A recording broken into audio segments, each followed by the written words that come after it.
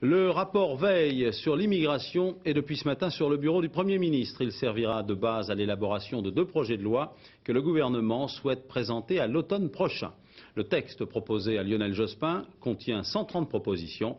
Voici tout de suite le détail avec Marie-Pierre Courtelmont. Le rapport sur l'immigration, le voici depuis ce matin entre les mains de Lionel Jospin. Le Premier ministre pourra y trouver une base de réflexion autour de 130 mesures possibles pour réguler les flux d'étrangers. Et d'abord le grand retour du droit du sol. Son principe, permettre à un enfant né en France d'être naturalisé français à sa majorité. Depuis 1993, les différentes lois sur la nationalité restreignaient les conditions d'accès au droit du sol. Le rapport de Patrick Veil préconise un retour à l'automatisme. Le regroupement familial, le rapport Veil propose de simplifier les contrôles. Ils sont selon lui inefficaces sur les fraudeurs, ils compliquent la vie des couples sincères. Par contre, il propose de renforcer la lutte contre les mariages blancs.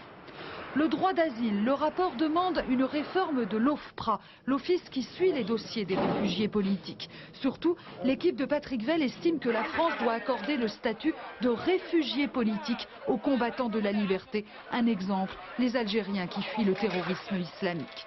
Côté répression maintenant, les délinquants étrangers seront expulsés sans délai et sans état d'âme. Aujourd'hui, un gros délinquant étranger peut être condamné, après la sortie de prison, à être reconduit chez lui. 50% seulement de ces délinquants étrangers sont effectivement reconduits. Donc 50% partent dans la nature et restent en France. Nous proposons de passer le chiffre de 50 à 100%. Et puis il y a l'immigration clandestine. Le rapport Veil est très clair. Si les étrangers viennent en France, c'est pour y trouver du travail. Il propose donc la chasse aux employeurs de travailleurs clandestins, comme le BTP, le textile ou la restauration. Alors vous